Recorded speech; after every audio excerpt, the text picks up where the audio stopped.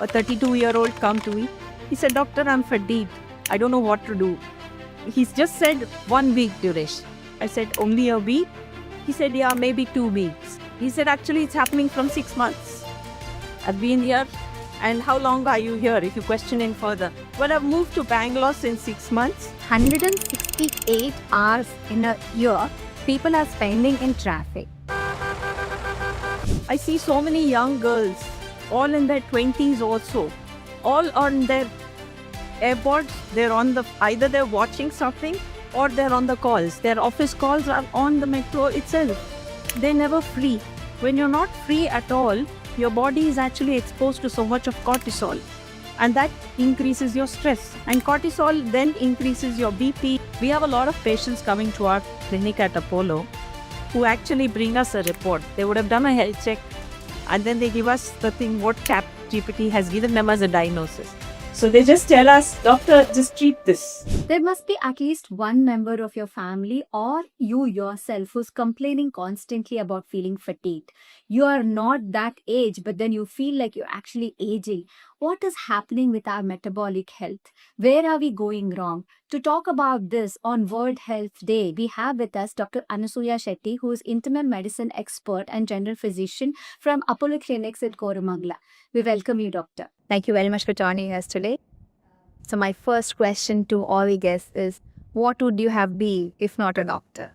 Thank you for the invitation, Jenma. Hadn't I been a doctor, I wanted to be a sports person. Yes, I wanted to play hockey. But in my time, hockey wasn't, we didn't get so much encouragement. So I was given a choice whether you choose education, I wanted to be a doctor. That was my second choice. School, we always had hockey. So I was given a choice, either you be a doctor or you choose hockey. I had no choice because after school, there was nothing I could do to go forward. Then I chose, as usual, everybody. I just chose medicine and then I got the... But when I look at you, the spirit we've been interacting for the past 5-10 minutes now, and I see so much energy in you. But I must tell you something, have you heard this in your clinic as well? People are 30-year-old, they show up every day, they have work, they show up to their work, everything is fine. But then they feel that they're 50 years old. There's kind of aging, not biological aging, but there is one kind of dip in there, that energy and sudden increase of, okay, oh my God, I feel like 50-year-old. Do you see that in your place? Yes, it happens a lot. A lot of patients who come to us are youngsters now. If you noticed, we used to see BP, sugar at 50 during our parents' time. But now we've seen that such illnesses, metabolic illnesses, are actually seen in the young. That is because of the long hours of work. They are stressed out, burnt out, and then also none of them exercise, I think. Very few people exercise. But even if they do exercise, after that half an hour, 1 hour of exercise, it is sitting again for the next 8 to 10 hours. Again, the long commute hours, they're in traffic for 1 to 2 hours, and then they get back home late, back to calls again, then the dinner is postponed, and then the sleep, and then they are on the phone when they're on the bed. All of this is actually a cycle. My God, it's like one chain went off milk now, There was one study which showed that Bangaloreans, especially talking about Bangalore, I'm sure it must be in other metros as well. But it showed that 168 hours in a year people are spending in traffic. True. Yeah. So how much of this is actually adding on to their metabolic health deterioration? It adds on quite a bit because the time which they are supposed to exercise, eat, sleep, that recovery which they need is not happening. So they work for 8 hours, go back home to recover. They're again back on the phone. They're again, after the phone calls, they're again back on screen. And then where is the sleep? I think even on the road, they're on the screen. Yeah, actually constantly attending meetings. Yes. I travel by metro. I see so many young girls, all in their 20s also.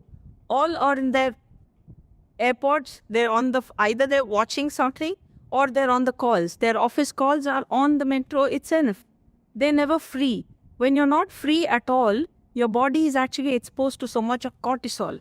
and that increases your stress. Your stress actually increases the cortisol, and cortisol then increases your BP, and the rest of the cycle just proceed. Yeah, recently we had a doctor who was telling us about the importance of cortisol, how important it becomes to actually have it at the right level.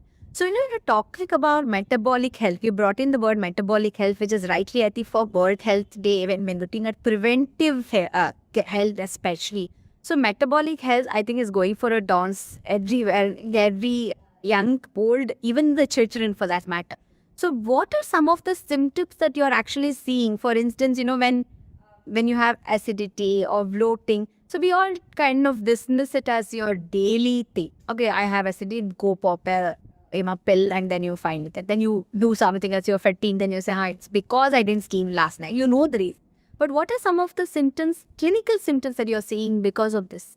So actually, occasional fatigue, occasional acidity is fine. But then it becomes a daily affair. It's interfering with your work. Then yes, there is something wrong. Please go visit a doctor. Acidity is not the only symptom. There are gut issues. People come with irregular bowel habits. Even though people sleep, they say, doctor, I don't feel refreshed. I have slept for 6 to 8 hours. But I have to, play that they have. Their sleep itself is not refreshed. And then they come with mild chest pain. There are other symptoms which you can look for. Mild chest pain, headaches, and then bloating. That's one of the most common, and heartburn. The anxiety levels are also high. You should keep a check on all this. Every symptom which is occurring need not, occasionally, yes, don't visit the doctor. But if it is coming as a pattern, every second day I am having a headache, every third day I have pop a pill for acidity, then yes, something is wrong. Please visit your doctor, get yourself checked. That's the easiest. Do we have like a combination of these symptoms, ma'am? Which are these symptoms, if you can tell our viewers, some of these symptoms which you should not really ignore but take it very seriously and do visit a doctor? Headaches. Headaches are the most frequent symptoms. And fatigue. Fatigue, they are no physical activity. You get fatigue, yes, if you've exercised for an hour, you feel that fatigue. But this is just they're sitting for 8 hours and then they're fatigued. That is mental fatigue. That adds on to your stress, and then comes your other parameters. Then comes acidity. Frequent acidity, burping, which is not a good sign. You can't be eating every day a Pantocid or any tablet as such.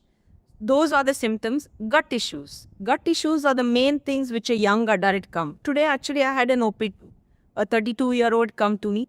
He said, doctor, I'm fatigued. I don't know what to do. He's just said 1 week duration. I'm not able to get up. When I get up, I feel like I have to sleep. And then my bowel habits are not okay. I said, only a week? He said, yeah, maybe 2 weeks. Then you prod a little more. He said, actually, it's happening from 6 months. I've been here. And how long are you here? If you question in further. Well, I've moved to Bangalore since 6 months. And after that, I have noticed these symptoms. So what is it in? Is it the city that is doing this to people or not? Where is it coming? It is not the city. It is your lifestyle, I think. The long hours of work, and then again the sleep hours are reduced, or they may be sleeping for 6 hours. But when they get up, it is like, have I slept? And then again they get back. That not sleeping is a stressor itself. And then they go to office, again another stressor. They are constantly on an email, on a notification, and then social media, and the rest of it. And the other thing is sunlight exposure, I feel. We are not exposing ourselves to sunlight. Everything is inside an AC setup. We are all indoors. We travel in AC. We sit in an AC. Where is the sunlight? So again, your nutrition, micronutrients are also deficient because of your eating habits. Everything is ordered through apps. You don't know what you're at. I mean, you're sitting, you need to finish lunch in the next 15 minutes. You just order food. You're not looking at the nutrient content of the food. You just need to eat the food in 10 minutes. And in 10 minutes, only processed food can come. You can't cook a meal in 10 minutes. If you order in an app, in 10 minutes, you can have only a processed meal. Nothing else. Or else they will swipe and they will take a chips packet and have it. ultra-processed. So most of it, this is your lifestyle which is going on, repeating on, off, and that is adding it to it. When you have this repetition of this whole thing, how much of this can actually affect your recovery from, suppose somebody's been diagnosed with a BP or a blood pressure or diabetes, then how much of this can actually stop the reversal? Because now everybody is talking about reversing a lot of these conditions, isn't it? Like these are all lifestyle diseases. Yes, lifestyle diseases are easily reversible if they're picked up early, before an organ damage happens. Like pre-diabetes is reversible. Your HbA1c has not crossed 6.5. Simple measures. All you need to do a little bit of walking, 30 to 40 minutes of exercise. Choice is yours. You walk 10,000 steps or you do any form of exercise, swimming, play a sport, anything is required. Stop eating processed food. Cook your meals or eat a healthy meal. If you're not able to cook, even if you're ordering the meal, look at what you're ordering. It should be a cooked meal. There should be some fiber in your meal. Vegetables are important for your gut to process that food. Don't eat only junk. Are there some safe food options that you can actually tell our viewers, like, these are some of the safe, like you said, fiber in your meal, but then are there anything that you consider even when you're ordering, any of these apps? So are there any such? Of course, you get your rice, dal and your veggies. That is your safest Indian combination. You can order that on your meal. Of course, there are exotic stuff, but the basic rice, dal, which dal is your protein. Calculate how much you need. Simple. Everybody's on an app. Why can't you calculate how much your protein requirement is there? Just eat a good portion of dal, a good portion of vegetables, which can be cooked or a raw vegetable, and a small amount of roti or rice. That should do. The add-ons which come are the ones which add the problem. Yeah. So, normally what happens is, like when you're talking about pre-diabetes, there is this whole buzzword of insulin resistance that runs. So how do you separate the symptoms of insulin resistance or stress? And, sometimes it kind of goes hand in hand as well, right? So how do you... So easily what you're calling as fatigue could be one of the metabolic parameters for diet. What you're checking. Fatigue. When you go, ideally what we say is when you're fatigued for so long and you feel tired, go to the doctor and get yourself checked. So one of the checks the doctor does is and works you up are for these metabolic syndrome. That is, your sugar will be checked, which is basically your HbA1c. Sugar may be normal, but if you know, Indians are basically, what we have is impaired fasting glucose. Our fasting sugars are very high. Not the after food may not be so high, but our fasting glucose is very high. So if you take a cutoff, it is around 126. So since the impaired fasting glucose is there, prior, it's an easier way for you to do even a prick test. You can do a blood test to a glucometer. You can check that. But ideally visit and get yourself checked for pre-diabetes. Get your BP checked. BP is important. Youngsters are landing with high BP and they're not. Most people say, I'm so young. Why do I need to check? It comes after 40, 50. No, you have to check. Keep a check on it. The other thing is, please measure your waist. The waist, yes. The waist circumference is the best indicator for somebody who's going to progress pre-diabetes or EP or other thing. It's around 90 centimeters for men and around 80 centimeters for women. If you're exceeding it, that there is this truncal obesity, which is actually adding on to it, then you have to get yourself checked for fatty liver, which is the most common. So that is your precursor for your pre-diabetes and many other things. Also get yourself checked for nutritional deficiencies. Common indicator is your fatigue, tiredness, feeling is no sleep. All of that adds on because of your B12 deficiency, vitamin D. I was going to ask you that, is there any specific reasons for your poor sleep? Because like you said, one is mostly mental.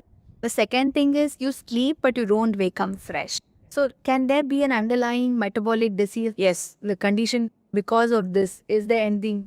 Your thyroid disorders cause sleep-related problems. Vitamin B12 deficiency also causes. Some people may be obese. So they have to be checked for sleep apnea. So in sleep apnea, you're not breathing well at night. So it keeps you awake without you knowing. So when they get up in the morning, they have headaches and they don't feel refreshed and they want daytime sleepiness. They want to go back to sleep again. So one of the things is get it checked. Once you get it checked, it can be always correct.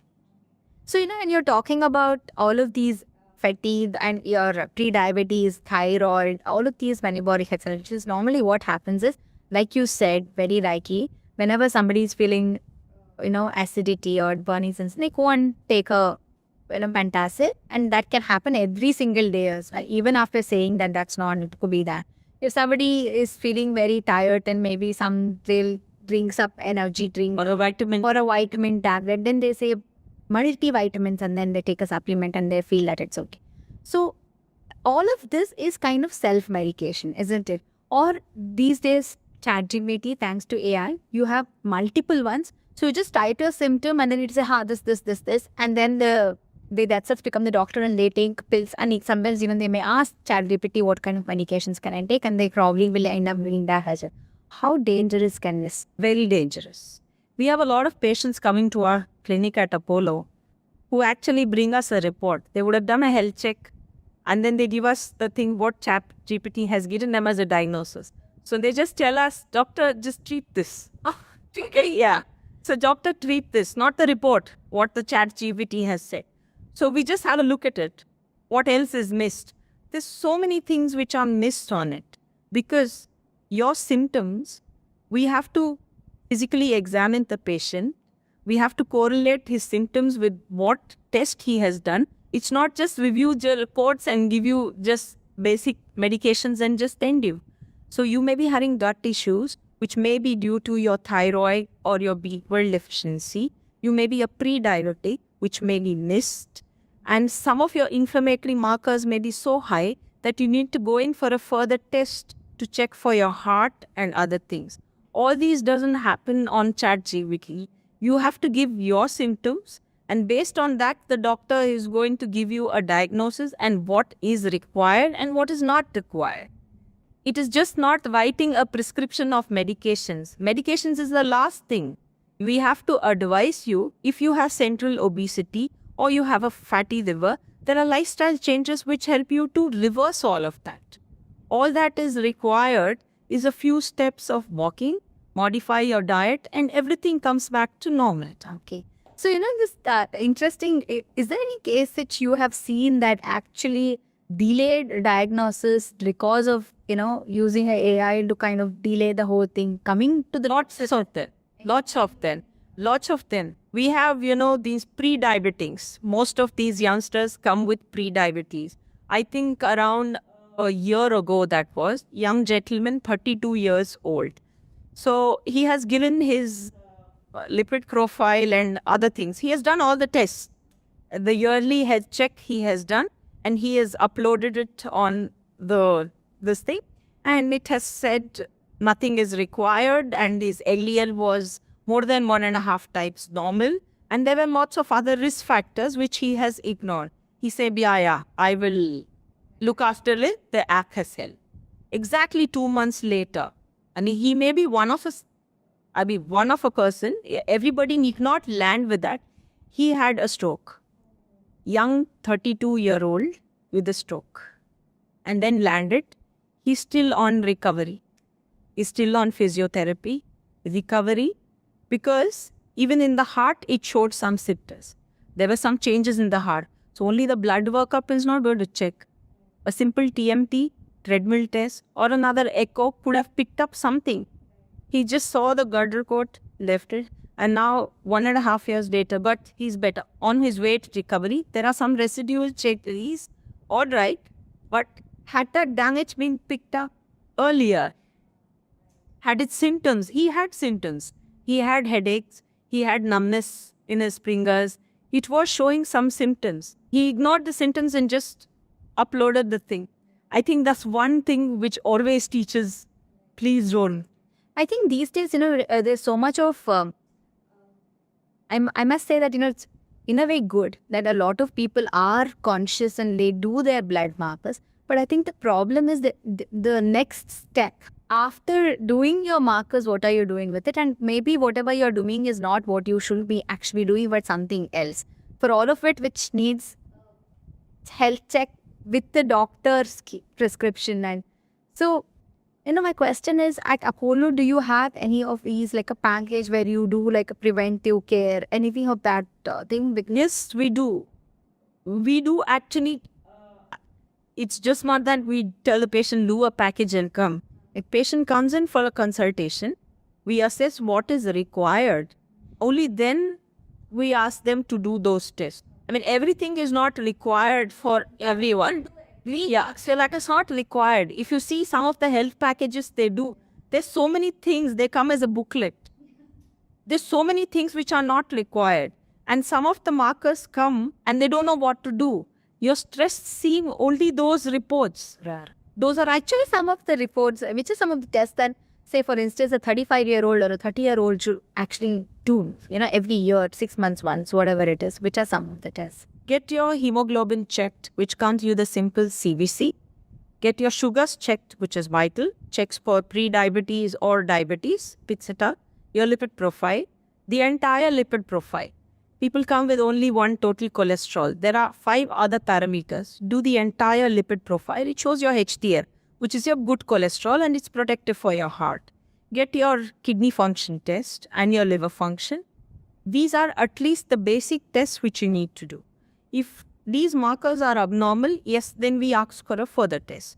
An ultrasound to check for a fatty liver and then other cardiac evaluation if required. But these simple things are required. The other thing is a nutritional marker, which is important nowadays. Your B12 and your D3, or everybody seems to be deficient in it. That's because of our lifestyle. We're living indoors. We're not exposed to sunlight. We don't have time to go in the sun. According to the consumption of protein and healthy food, I think that is something which is lacking in. Because of our lifestyle, again, we want to eat quickly and then we, like you said, we order and there's this. The gut actually, if you want to treat the gut health, gut is the second brain, we say. The gut actually requires a good amount of fiber for its food. So the food for the gut is your fiber. So if you want your gut health to work well, you should give it adequate amount of fiber in your diet. And fiber comes from roughage.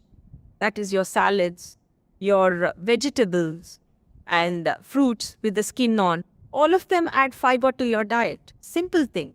Add it in your daily diet. Some amount of vegetables. Yes, it will add roughage. I have a couple of questions that our readers have sent to us, so we should probably take them up.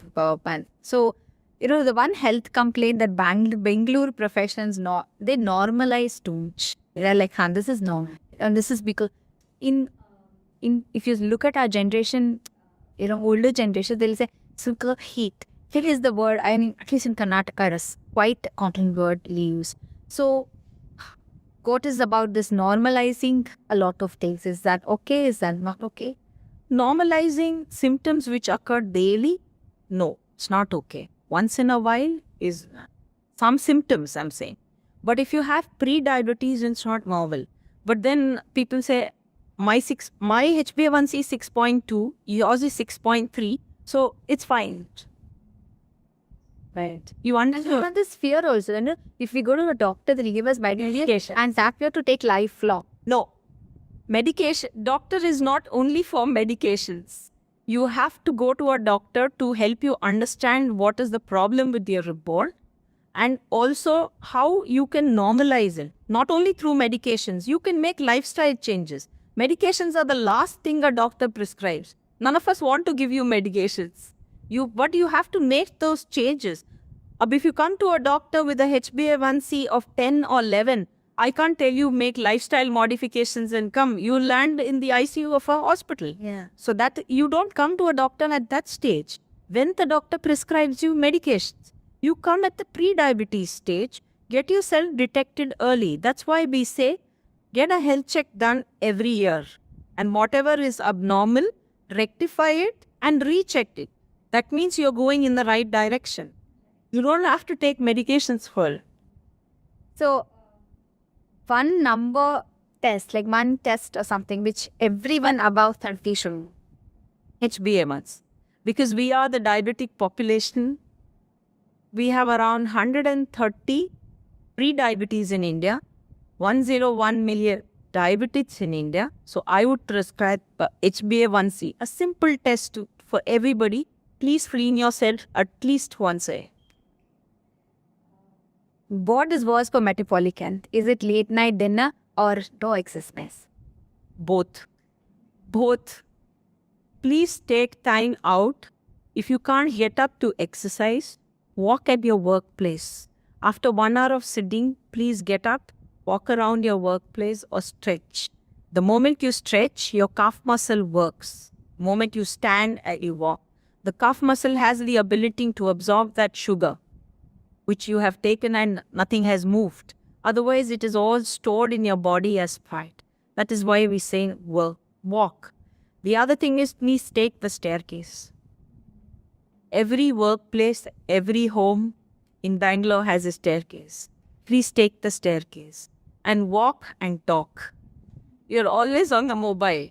Talk while you're walking. That at least moves. And if you can, after your lunch, after your breakfast and after your dinner, 10 minutes of walking, strolling. I'm not asking you to run or anything, just walk. That gives you the number of steps which are required at least in your busy lifestyle. And how early should the dinner be? Dinner should always be before 8 because your gut should sleep between after 8, it should be given rested. That's the time for rest for the gut. Please eat an early dinner. So, is normal weight equal to low risk? Like, no, a lot of people have this. I'm slim, I'm normal, my weight is normal, so I won't have any health risk. No. Normal weight is not equal to normal metabolic health. You make the people who are normal weight, they are the ones which have sometimes, if you check for fatty liver or a pre-diabetes, all of them have even that. That's because they look normal, they look healthy, but their gut is not healthy.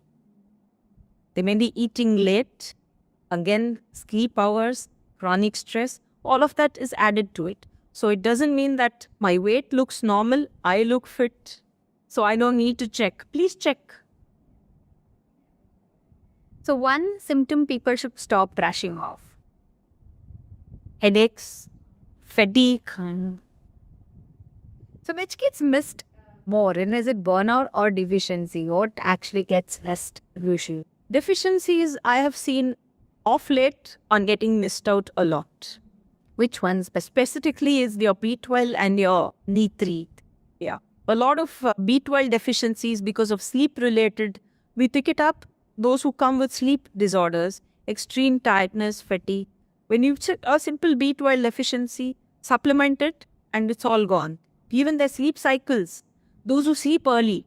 So if somebody has been diagnosed with a B12, of course, with the doctor's consultation itself, but what are the quick ways to actually gain back that? Is it causal with B12? Yes, B12 is usually in food. If you see, vegetarians are deficient in B12. It's usually the non-vegetarian food which gives you the B12. Again, non-vegetarians also lack B12. Why is that? That is because their gut, as I told you, gut needs fiber for its food. So you're not eating enough fiber.